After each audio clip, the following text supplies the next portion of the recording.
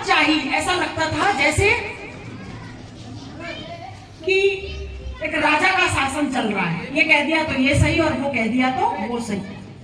कोई भी बोलता था तो तुरंत कुछ ना कुछ उसके खिलाफ केस कर देना, उसको उनको जेल में डाल देना। इस प्रकार की कई घटनाएं सामने आई।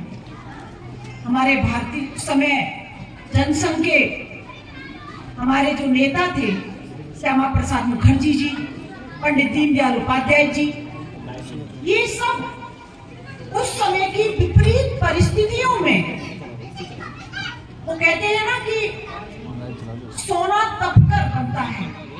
सोना जब निकलता है तो कैसा होता है, और उसको जब हम तपाते हैं उसके बाद आप देखते हैं कि उसके सुंदर आभूषण बनते हो, सबसे कीमती धातु के तौर पर सामने।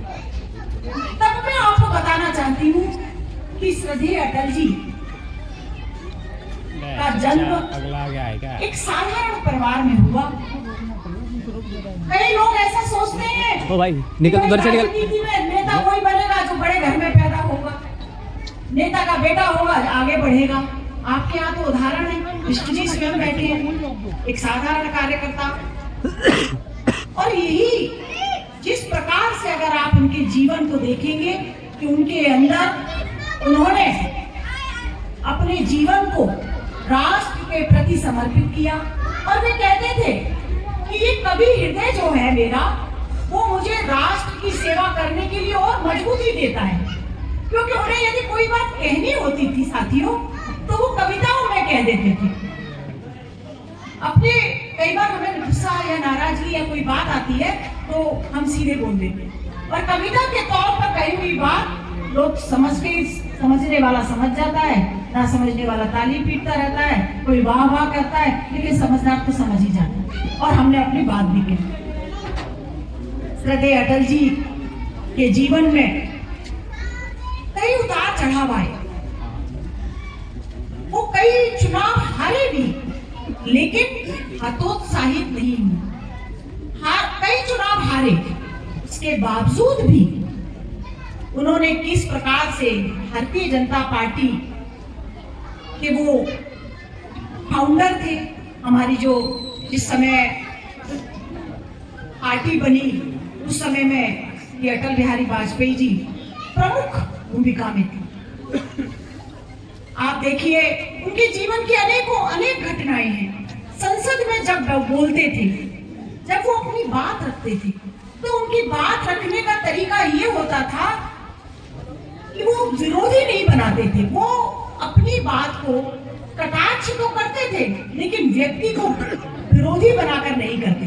अपनी बात रखनी है, बात का विरोध भी करना है, लेकिन नकारात्मकता उतनी रहती थी सिर्फ बात रखने तक कि ये बात इस प्रकार से है तो इसकी कटाक्ष में मुझे ये बात कहनी है, ना कि उस व्यक्ति से नफरत करती थी। एक बार संसद के अंदर पक्ष के किसी व्यक्ति ने, यानी विरोधी पक्ष में से किसी ने बहुत तीखी टिप्पणी करी, बहुत तीखी टिप्पणी अटल जी की। कोई पूरा सदन जो है, हमारे जितने भी जो नेता थे उस समय में, क्योंकि आपको भी पता है तब उंगलियों पर गिनने वाले सांसद हमारे सदन में पहुंचते थे। तब अटल जी ने मुस्कुराते हुए कहा कि मैं इनकी बात का विरोधी हूं, लेकिन इस व्यक्ति का विरोधी नहीं। कितनी बड़ी बात है। कोई यदि हमें कुछ बात कह देता है तो हम पर्सनल हो जाते हैं। वो कहते हैं मैं इसके विचार का विरोधी हूं, इसका विरोधी नहीं हूं। और उन्होंने उस बात का उत्तर भी दिया। तब आप देखिए बाद में सदन समाप्ति के बाद वो व्यक्ति स्वयं अटल जी से मिलने आए और उन्होंने कहा कि आज आपने मेरा हृदय जीत लिया, आज मैं आपका मुरीद हो गया कि आपने मुझे जीत लिया, आपने ये बात कही। ये हमारे जीवन में सीखने के लिए बहुत कुछ है। हम राजनीति करने के लिए घर से बाहर निकलते हैं, सबसे पहले तो अरे मुझे कुछ मिला ही नहीं, अरे मुझे कुछ मिल ही नहीं रहा है।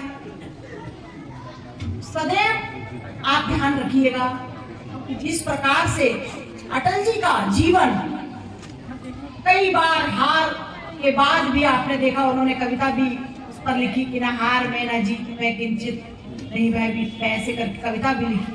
और इस प्रकार कई कविताएं उन्होंने अपने जीवन में हमारे, मैं आपको बताना भी चाहती हूँ कि उनकी एक कविता जो मुझे भी बहुत सिखाती है,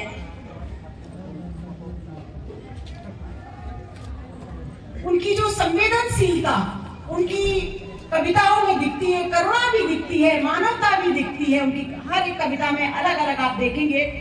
तो उन्होंने एक कविता भरी दोपहरी में अंधियारा, भरी दोपहरी में अंधियारा, सूरज परछाई से हारा, अंतर मन का नेह निचोड़े, बुझी हुई बाती सुलगाए, आहुति आहुति बाकी यज्ञ अधूरा, अपनों के विघ्नों ने घेरा, अंतिम जय का वज्र बनाने, नव दधीच हड्डियां गलाने, आओ फिर से दिया जलाएं, आओ फिर से दिया जलाएं। एक बार बड़ी ऐसी घटना हुई कि एक उस समय के जो कांग्रेस के अध्यक्ष थे बरुआ जी, उन्होंने अपने स्पीच में कहा कि इंदिरा इंडिया एक है, इंदिरा और इंडिया एक है, इंदिरा इज इंडिया और इंडिया इज इंदिरा। तब अटल जी ने बड़े ही बेबाक तरीके से संसद में अपनी बात रखते हुए कहा, इंदिरा इंडिया एक है, इति बरुआ महाराज, बरुआ जी ने कहा था ना, इति बरुआ महाराज, अकल घास चरने गई चमचों के सरताज। इंदिरा इंडिया एक है, इति बरुआ महाराज। हाँ भाई साहब, अकल घास चरने गई चमचों के सरताज, चमचों के सरताज किया अपमानित भारत, यानी भारत इंदिरा हो सकता है। अकल घास चरने गई चमचों के सरताज, चमचों के सरताज किया अपमानित भारत, एक मृत्यु के लिए कलंकित भूत भविष्य, यह कहती कविराज स्वर्ग से जो महान है, कौन भला उस भारत माता के समान है, कौन हो सकता है भारत माता के समान। तब इन पंक्तियों में अटल जी का साहस और कठिन समय में कविताओं के माध्यम से जो प्रतिशोध उनके मन के अंदर था वो झलक रहा।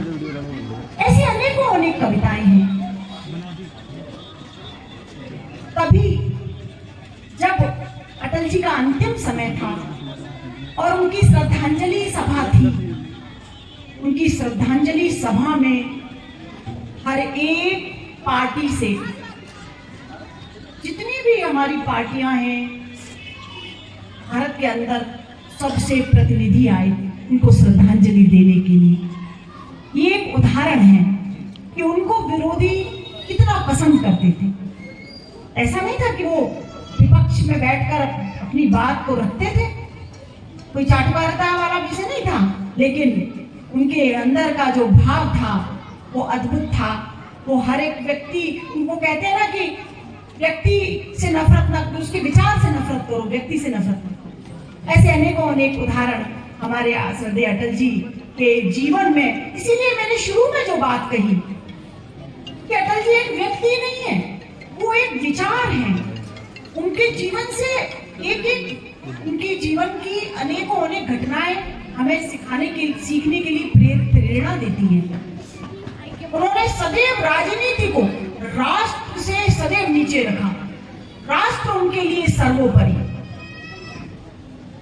और आज आप सबके बीच आकर निश्चित तौर पर, अभी आपने सबने मन की बात भी यहाँ सुनी, मुझे भी पता चला, और आज हमारे देश के यशस्वी प्रधानमंत्री आदरणीय नरेंद्र मोदी जी जो तीसरी बार प्रधानमंत्री बने हैं, वरना 14 से पहले आप सोचिए किसी को ऐसा लगता था कि अब एक पार्टी के सरकार जो है सत्ता में आएगी, ऐसा लगता था जाने कितनी पार्टियां मिला के इस देश को चलाएंगी, असंभव है, असंभव लगता था। लेकिन मोदी जी ने जो भी कार्य आज कर रहे हैं वो वही कार्य हैं, वो वही विचार को लेकर कर रहे हैं जो हमारे श्रद्धेय अटल जी ने अपने कार्यकाल में किया, उन्हीं को आगे बढ़ा रहे हैं।